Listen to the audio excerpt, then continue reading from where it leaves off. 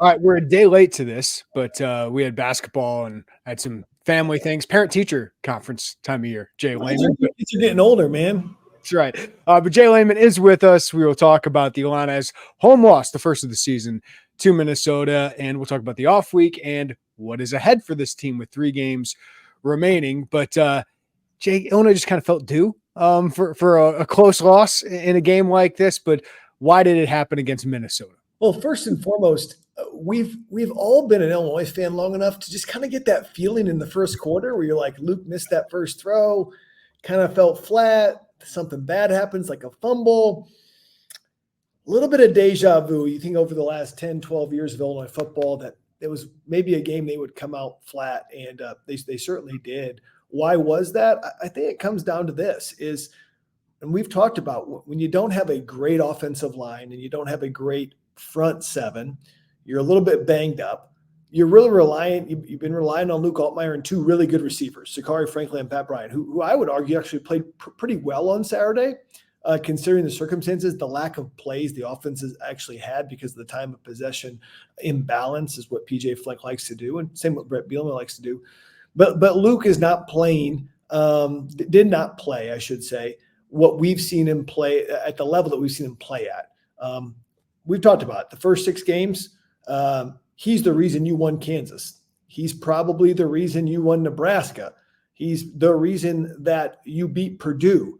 So he single-handedly is in there for 2 or 3, games as he's the difference maker. And so when he's not on 100%, it's difficult. Now there's a lot of other factors. It's not just like Luke's off. It's, hey, you can't run the ball consistently. That's hard, right? Number 2, you're not getting great protection. And number 3, you can't get off the field on third down or consistently stop the run, and that makes it extremely difficult.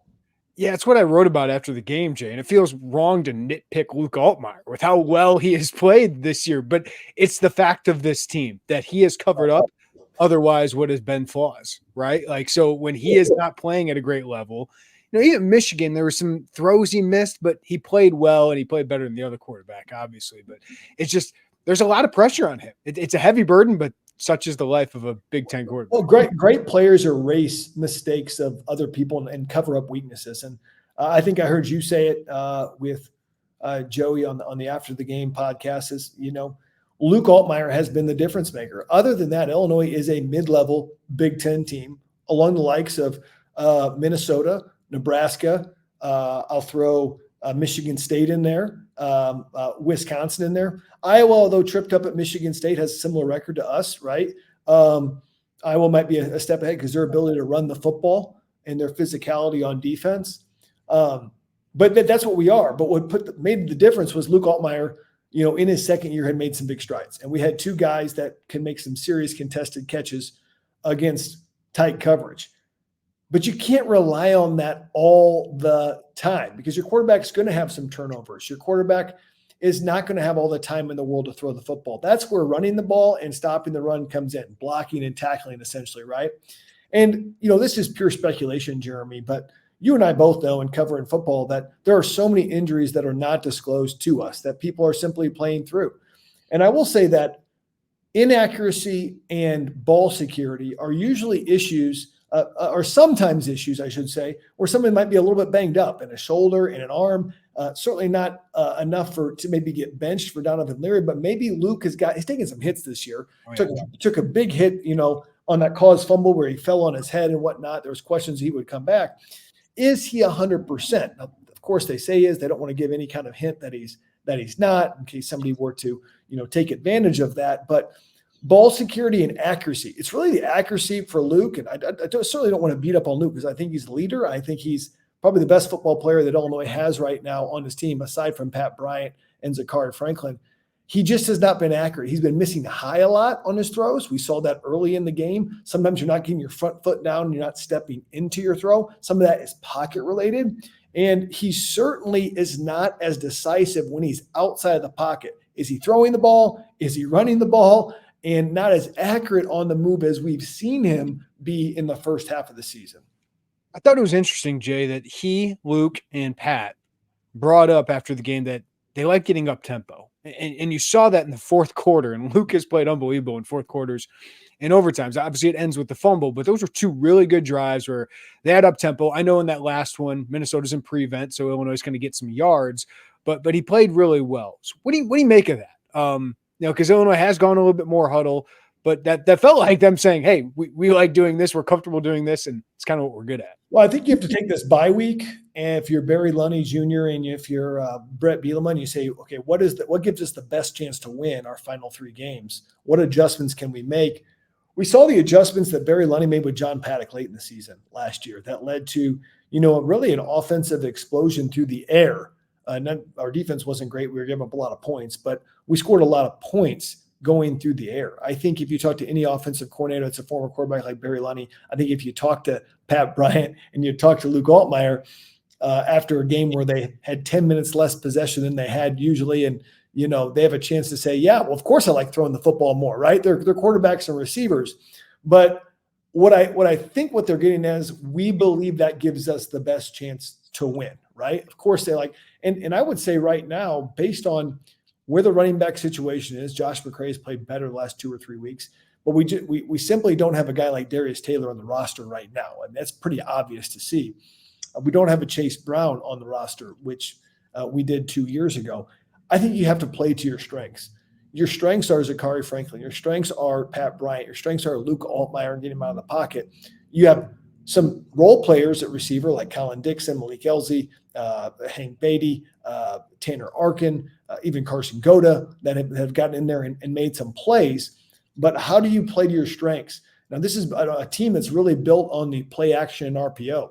Both of those are really taken away when you don't have an ability to run the football. So it's a little bit different model than what Brett wants to run.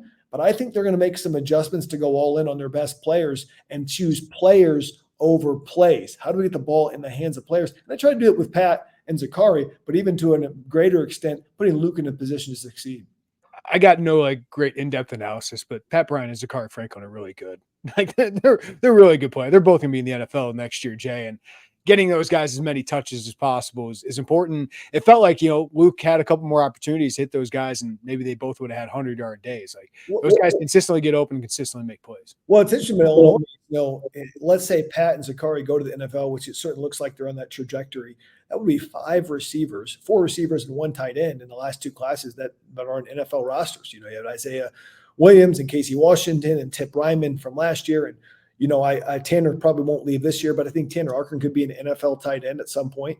But you have Zachary and Pat this year. And I don't think we've had players on the edge like Zachary and Pat in a very long time that maybe can just go up and win those contested balls. I think Zachary might be one of the best receivers I've seen at getting open. That's not necessarily blazing fast.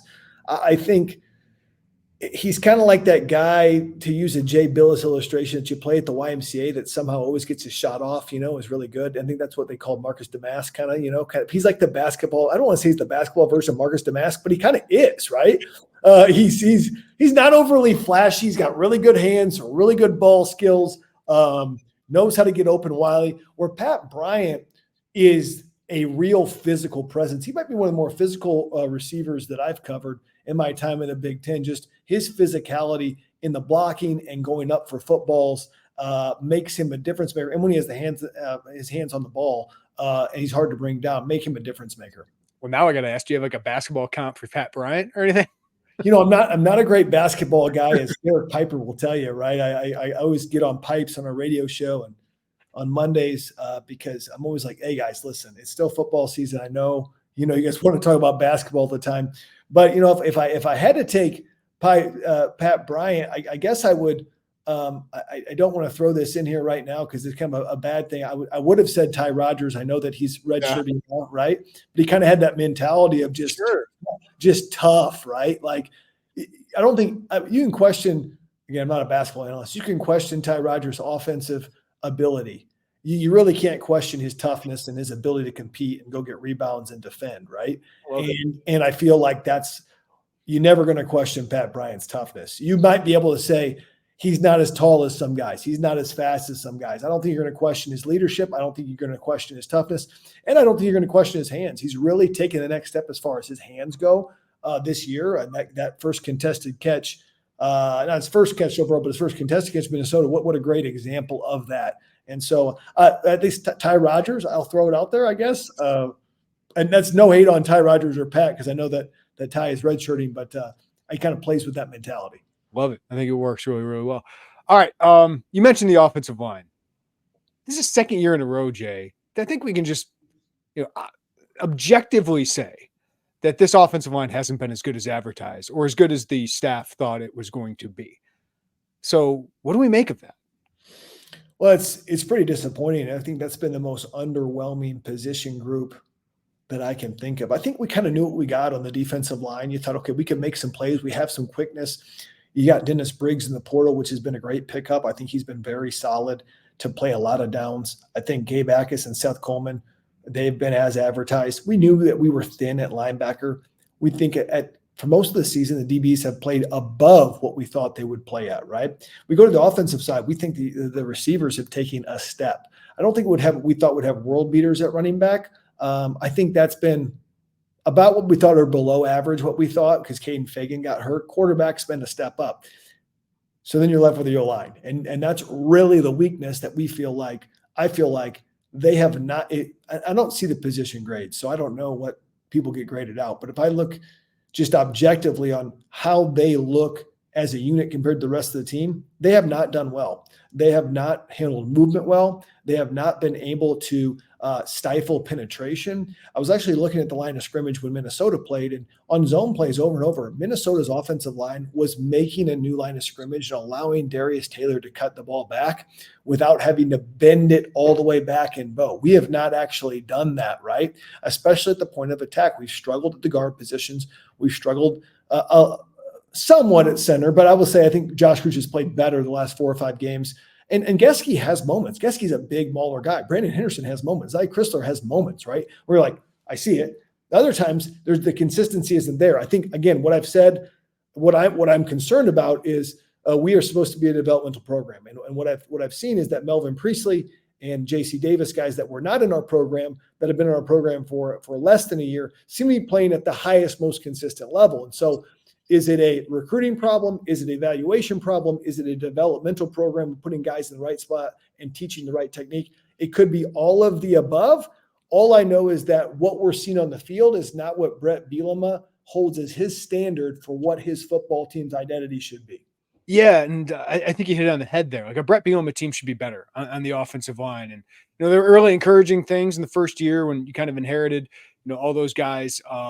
And Chase Brown helps too. When you got a guy like that who can make the offensive line look a little better, but you think they should be better than this in year 4 of the program and of recruiting and of developing. Jay, and what is the identity of this group? Like, what do you want to be on the offensive line in Barry Lunny's offense? It's kind of my question moving forward and into next year's. I think they'd want to be quicker, with some of the zone stuff they run, but what do you see? What is the identity, or what should be the identity of an offensive line with Barry Lunny? Well, what's scary to me is that, you look at what Brett did as far as 1,000-yard rushers in his prior stops. It was a rarity for them not to have a 1,000-yard rusher. I know he did that the first 2 years here at Illinois under Chase Brown. But your question about what does the identity have to be, and I think it comes down to, they do want to control the clock. They don't want to be hurry up and air it all the time, although we said maybe that needs to change the last 3 games of the season. If you're going to control the clock, you are going to have a little bit of mauler in you, big offensive linemen. But if you're going to say, hey, you know what, we're not necessarily dominating guys up front, do we switch it up and say, hey, we want more quicker, agile guys. Let's get guys pulling. We run a lot of counters, but let's get guys pulling to the edge more.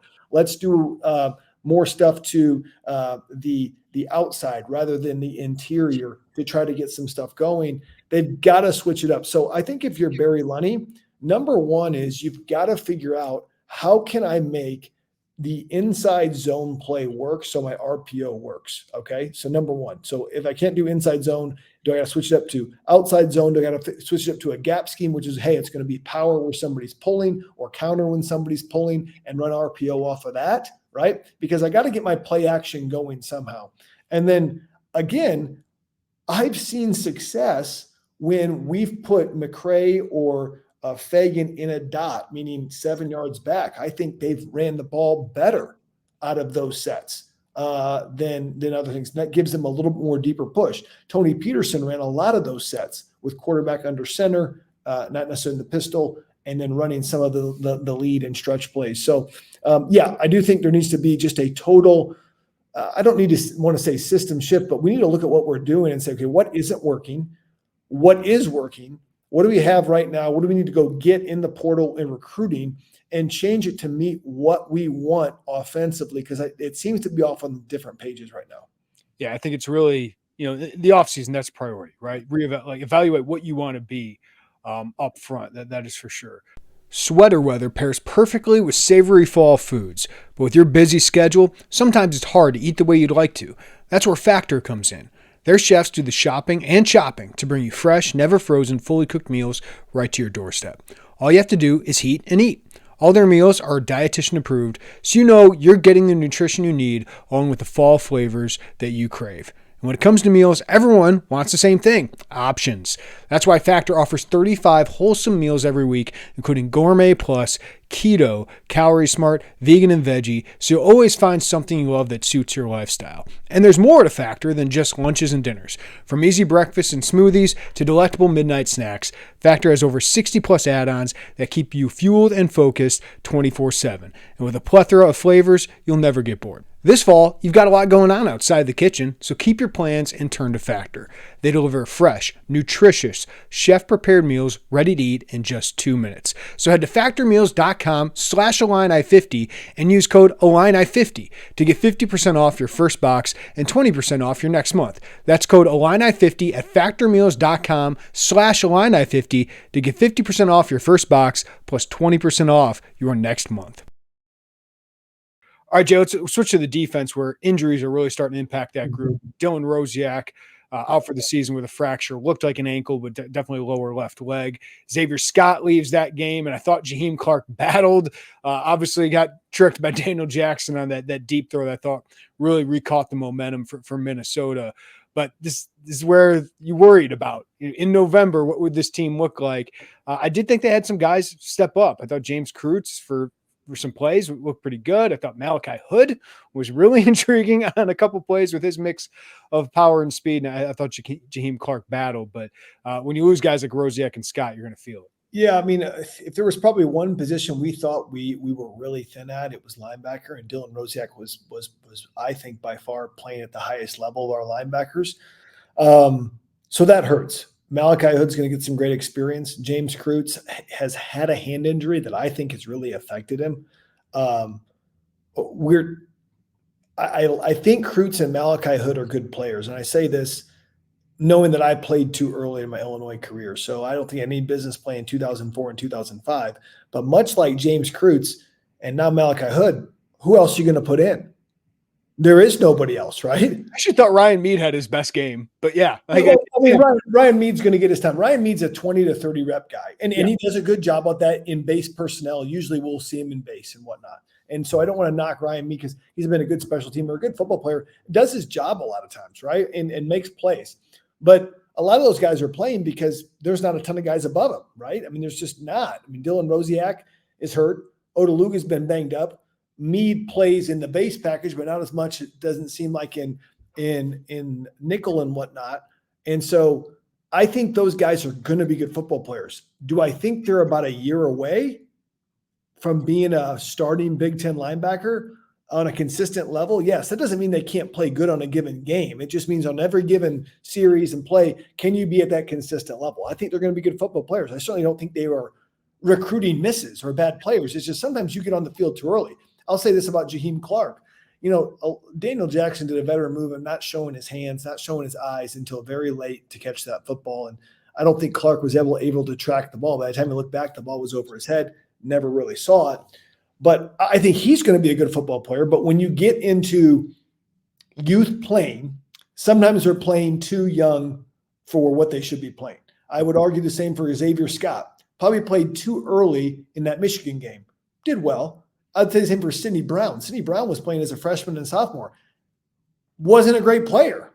Had the athleticism, but became a great player and had the time to get that experience. And so I think they're recruiting. It seems like defensively, they're recruiting some guys that can play earlier or getting on the field earlier. We see it with Joe Barna. He's been banged up. We saw that with Alex Bray. So we're seeing some of these pieces. It's not as much as we would like to see, but maybe that's just the portal era. Maybe that's just like, hey, I'd love to see more young guys be more consistent and in those roles. But with portal, sometimes you just get leapfrogged right away. You're going to start and then not start. So that's kind of the process I've just thought about it. But it's been tough to see that injury to Rosiak and Xavier Scott, who's been a really good defensive player. Yeah, and hopefully a couple of weeks off gets Xavier Scott back in the field, because I thought he was fantastic, Jay, in that first half against Daniel Jackson. That was a fun battle. Right. I mean, Xavier Scott is an all Big Ten player when healthy, and he's shown that. And you talk about a recruiting find. I didn't realize that he came in as I guess they call him a blue shirt. Blue shirt, yeah. And they gave him a scholarship when they got here. But again, some of our best DBs, Devin Witherspoon, kind of, last second kind of guy, have been developed well. So we've developed some players. And I think I saw the tweet from Wagner to go back to offense for a second, and that is the 2018 offensive line between Vidarian Lowe, Alex Palczewski, and Doug Kramer, and Nick Allegretti, and Kendrick Green, all playing the NFL. So we've had some talent come through and develop some. I guess we want to see more of it. We're greedy here. All right, Jay, the defensive front, struggling to stop the run, I don't think surprised us. I think we thought that would kind of happen coming into the year, but it did seem like Minnesota just out-physicaled them up front. Darius Taylor was really good, but why is Illinois struggling to stop the run? Yeah, so it's a good question. I think I'm at a loss for words a little bit here, because I think we have tough players. I think Dennis Briggs is tough. I think T-Raw Edwards has played above expectations. I think Gabe Akis is an NFL player. I think Seth Coleman has the ability to be that. Sometimes maybe you don't see the production, but you look at us lined up against other offensive lines or other defensive lines, and we are small. We are in the bottom third of the Big Ten size-wise when you look at defensive lines. I remember at the Kansas game, I was relatively close, and Kansas has not been a great team this year. Their defensive line looked much thicker than our defensive line. Now, that doesn't mean we're not good players. I mean, Dennis Briggs isn't a good player. I just think we need way more beef. I was watching last night, Monday Night Football, Chiefs versus Bucks, and Vita Vea was playing. I mean, I'm not saying we have to have Vita Vea-sized guys, because Vita Vea, had 2 sacks in the first half and, was just massive. But, man, you really feel the void of Johnny and Keith Randolph when you're getting worn out like that. And so I think we're just not great in the interior right now. I think Dennis Briggs does all he can do, and I think he really battles. He's one guy. And I think T-Rob plays really good, I thought. Yeah. He was pretty disruptive. Yeah. Dennis Briggs is a good player, but I think collectively, I think Alex Bray, again, I think he has moments where he looks really good. Do I think he's a year away of being an every down guy? Yes, but I like Alex Bray. I think he's a recruiting hit, right? For sure. There's no way but the problem is when you're rebuilding a program, and I hate to say it, but Illinois is still, I believe, still kind of getting the depth pieces in place to be a consistent winner, right? We're 6-3. I want to be happy about that. We have a chance to be 9-3. That's great. And just to make a point, this is where they really struggled their first 2 years when they got here, was the defensive line. They struggled to recruit that position. So it's hard, right? And I know you could say, well, Johnny was here and Keith was here and nobody wanted to come. You're starting to see okay, I think Barna can be a good player long term. I think so can Alex Bray. They're just really thin. Where if you look at a team like Iowa, I got a chance to watch them Saturday night against Wisconsin.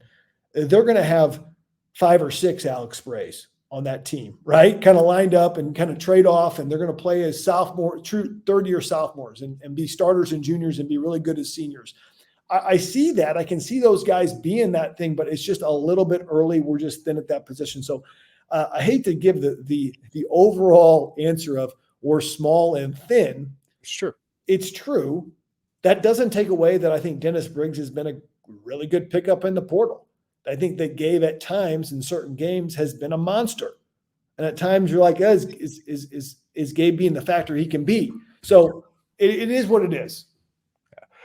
Jay, you mentioned third down. Illinois now allowing 45% on third down. And early in this game, like, just felt like Minnesota was getting so many of them. What are the issues there? What are the issues personnel wise, play calling, scheme? What are you seeing there? Yeah. So third down is, I focus on third down, and it's a great talking point. It's a byproduct of first and second down, right? And so we can't look at it just like, okay, third down sucks. It's what are the average third downs that we're facing?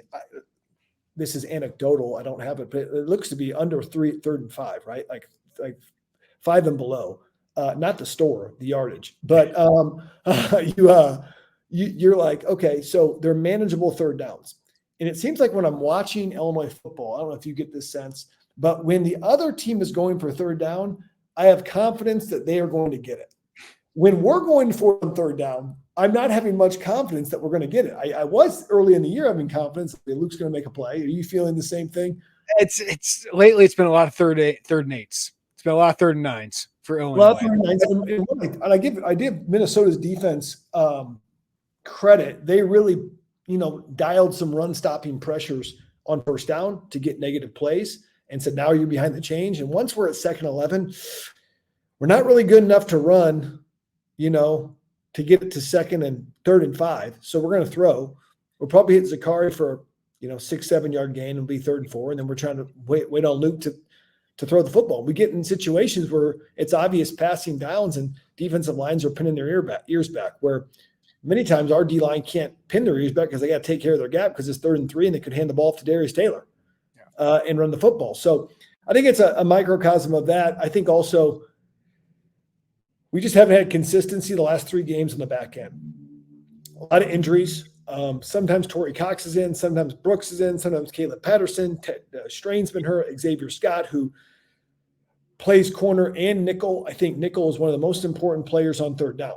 When Xavier Scott went down, you can have that inside receiver open.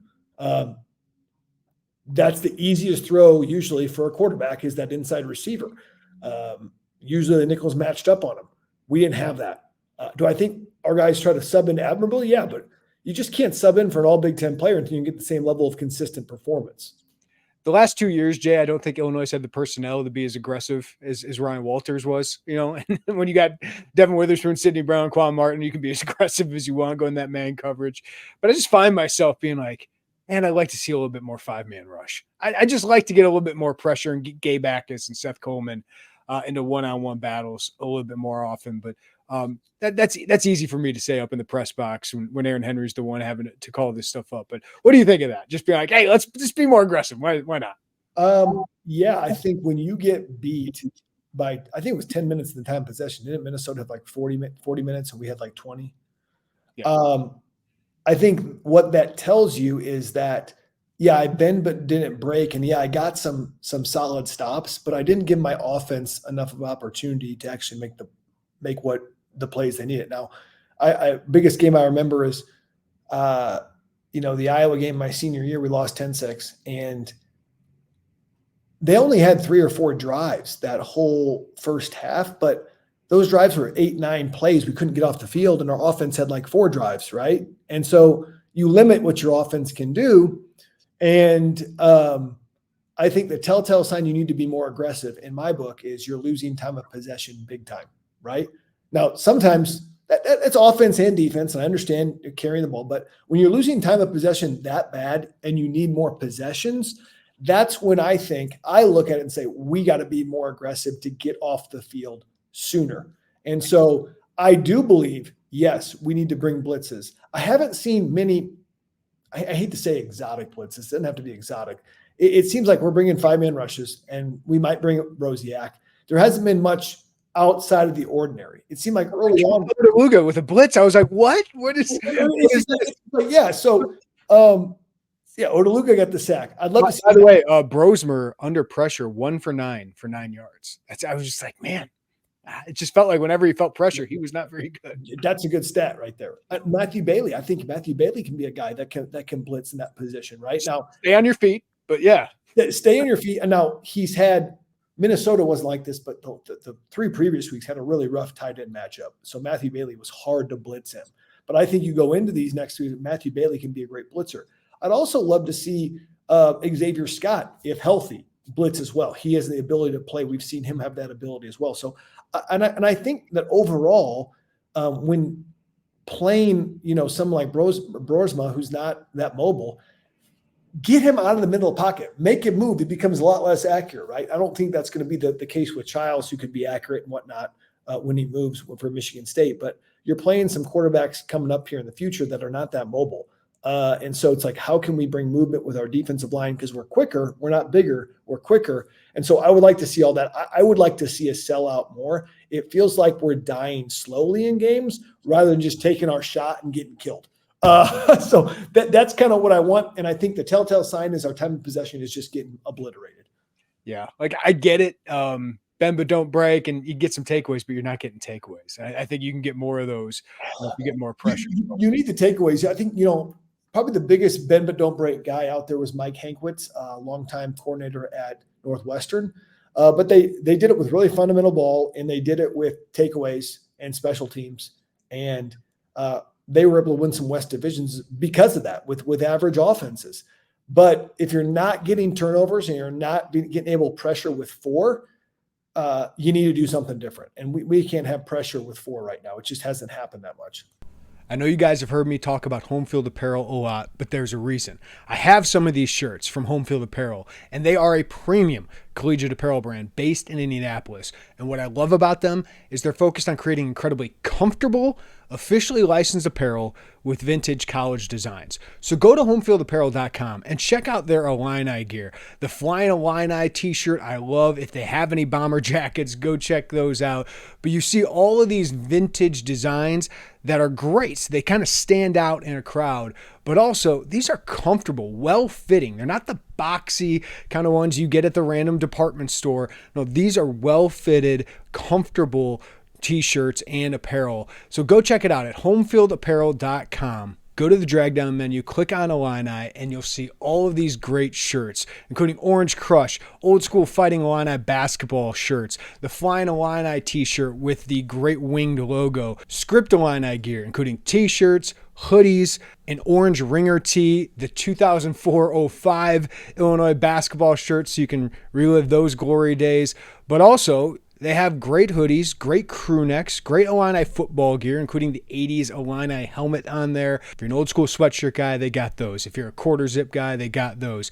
If you want a women's tank there with the Script Illini, they got that. So go to homefieldapparel.com to check out all the great gear they have there. And if you're not an Illini fan, they have more than 180 plus growing list of schools. So you can check out all the gear from all over the country. And right now, use code Illini24 for 15% off at homefieldapparel.com. That's Illini24 for 15% off all of the gear at homefieldapparel.com. All right, Jay, it's an off week heading into the final 3-game stretch here. You can still get to 8 wins or 9 wins here. You're favored from what I've seen in the metrics in the final 3 games of this Michigan State game. Rutgers game could be close. What needs to be accomplished this week? Obviously getting healthy. It's number 1 on that list, I would imagine. Well, healthy, yeah. But this is why football coaches get paid the big bucks. I mean, the reason that Brett Bielema is getting paid $7 million a year is to figure this out in the off week, right? How do I finish strong? We haven't finished particularly strong under Brett Bielema. I know that's kind of a thing that's kind of hanging over this program. I think they're well aware of it. I think if you're Barry Lunny, you're and Aaron Henry, you're going back, okay, what has worked really well this season and why did it work well? Let's use that. What are tweaks that can play to the guys that we have healthy now, that we know that are going to be in there, that can play their strengths? Listen, if Jaheim Clark can't match up right now one-on-one on somebody, how do we put him in a position if he needs to be on the field to have more success, right? So those are the different things you got to figure out. I think overall, if I could just give, overall, I think one, and we've mentioned this, more up tempo in offense. Let's throw the football because it's about players, not plays. I know we want to control the football and control the clock, but we also want to score points. We're not scoring enough points. We got to get to Pat and Zakari and let Luke get protected. Let him get a few free throws where you get the ball out quick and not have to worry and give the offensive line a break and maybe do some up tempo, mix it in. Number 2 is defensively, let's be more aggressive. Yes, we may give up a big play or two, right? And that's going to happen when you're aggressive. But we've got to create more chaos, sacks, and turnovers to give us a chance to play, because we're just getting worn down as the game goes out. And it goes without saying, special teams at times, first punt of the game, great. And then Hugh Robertson doesn't play great. Usually that's been an advantage for Illinois. They've got to continue to make that advantage. They did stop a fake punt. And so I give probably the edge to Illinois in the Minnesota game to Illinois. Yeah. What do you think of the 3 games ahead, Jay? Michigan State is really struggling. They turn it over a lot. I kind of like that. Aiden Childs scares you with his talent, but he also turns it over a lot. And then Rutgers, they're struggling to stop anybody defensively. They're not a good passing attack. And then Northwestern beats Purdue, but takes overtime to get there. So what do you think of these final 3 games for a team that's dealing with adversity right now? They're all winnable, and they're all losable. Some hard-hitting analysis for you. Here's the deal: if the offensive line and Luke play like they did the first 6 weeks, I don't know if offense didn't play that great the first 6 weeks, we're going to win these games. And I hate to put it so simply. I think we're going to win those games. But defensively, we've got to get off the field, create turnovers. And that, I would say this: Michigan State, of all these games, scares me the most. I think they're the most dangerous. I think Rutgers, you look at Rutgers in November under Shiano, been a very tough team historically. Ethan Kaliakmanis, former Minnesota QB, doesn't scare me.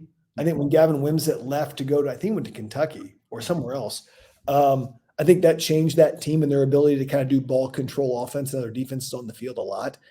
And then Northwestern, I mean, I guess they played Purdue as tight as we played Purdue, but because they won in overtime. But we should beat Northwestern. I mean, look at just the roster and everything. These are teams you should beat. And one thing that Brett's been pretty decent at is he beats teams he should beat most of the time. And I think it's going to come down to, man, and I hate to always say this, offensive line and quarterback play. Because if we can run the ball and we can protect Luke, I think our defense can play like it's been playing and beat these teams. I really do. If they don't, then we've got to have it picked up from somewhere. But I'm nervous about every game. I don't think anything is showing. I think we could end up 6-6. I think we could end up 9-3. I think what's probably more likely is we end up 8-4. I agree with you. Especially if a quarterback plays well.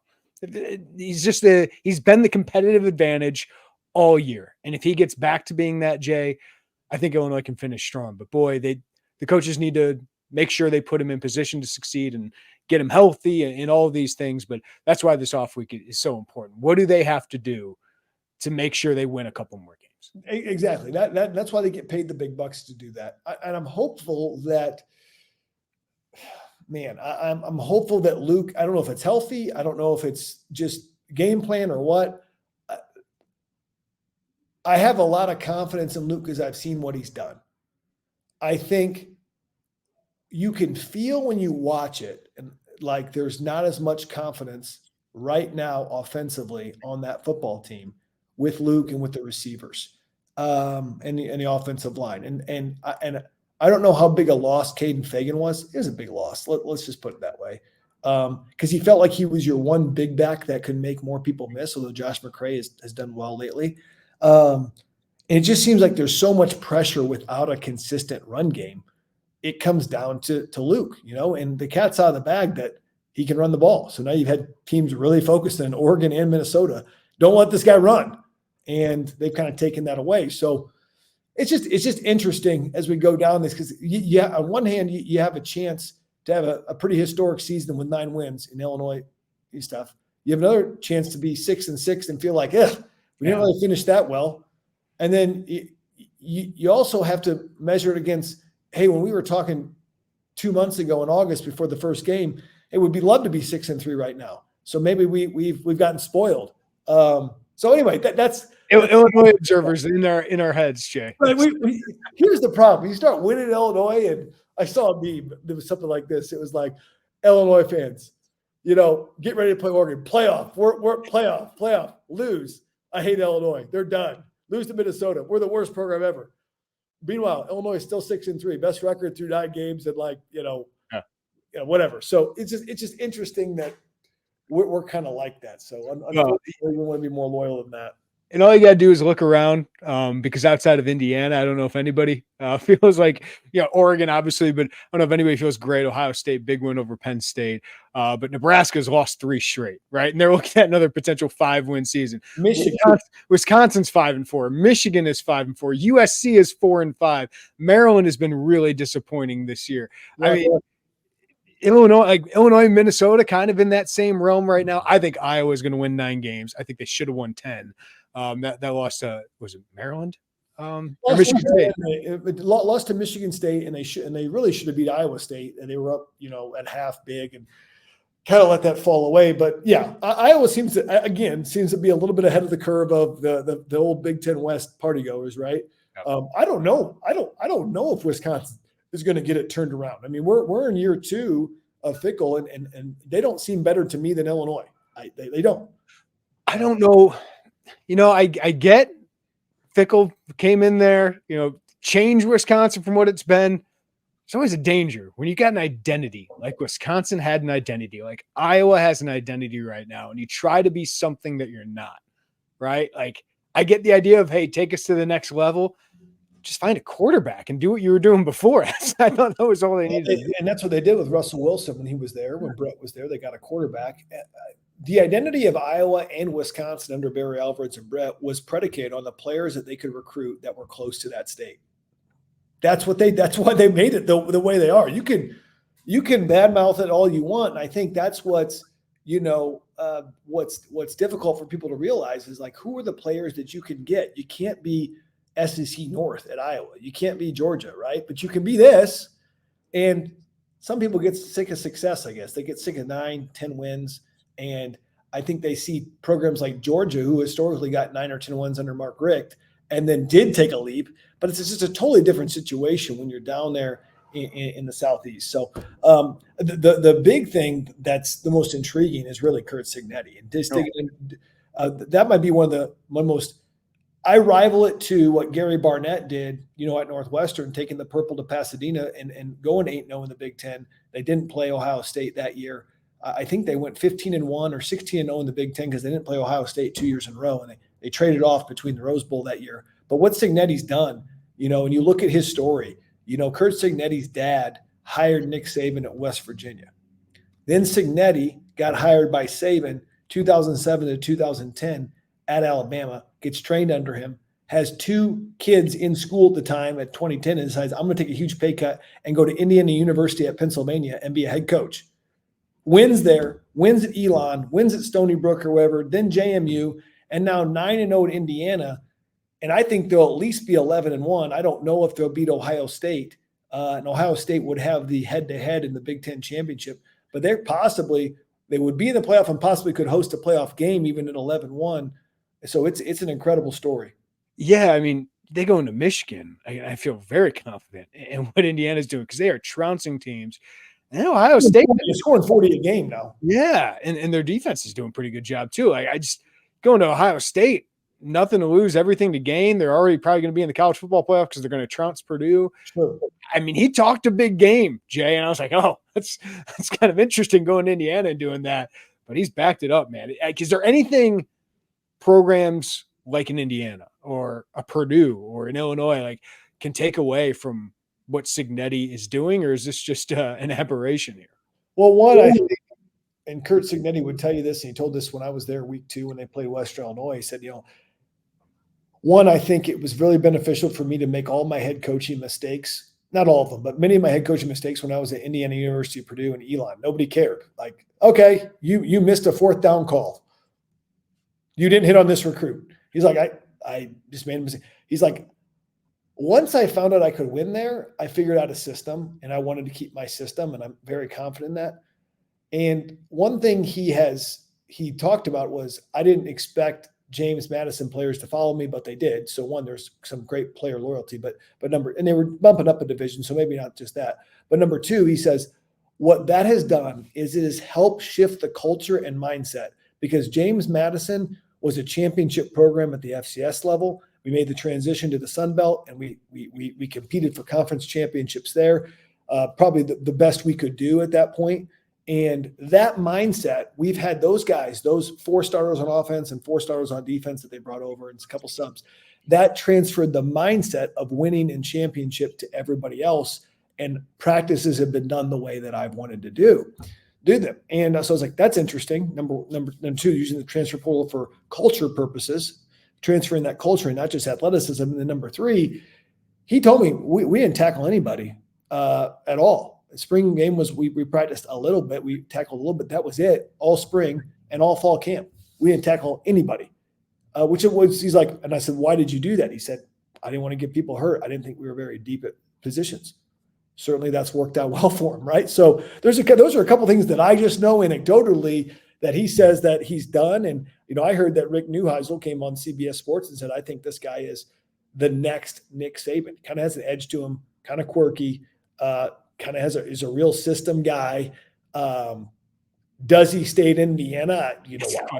I don't know. I mean, I think Auburn's probably looking for a coach. I think Florida State or Florida, maybe even USC, although Lincoln Riley has a huge contract. If I'm UCLA, I'm calling him right now. So a lot of different teams I'm sure are out there.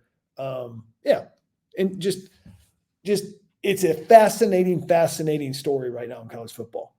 Well, J Leman, you are the goods. Thanks as always for making us football smarter. We'll talk to you next week, man. Yeah, buddy.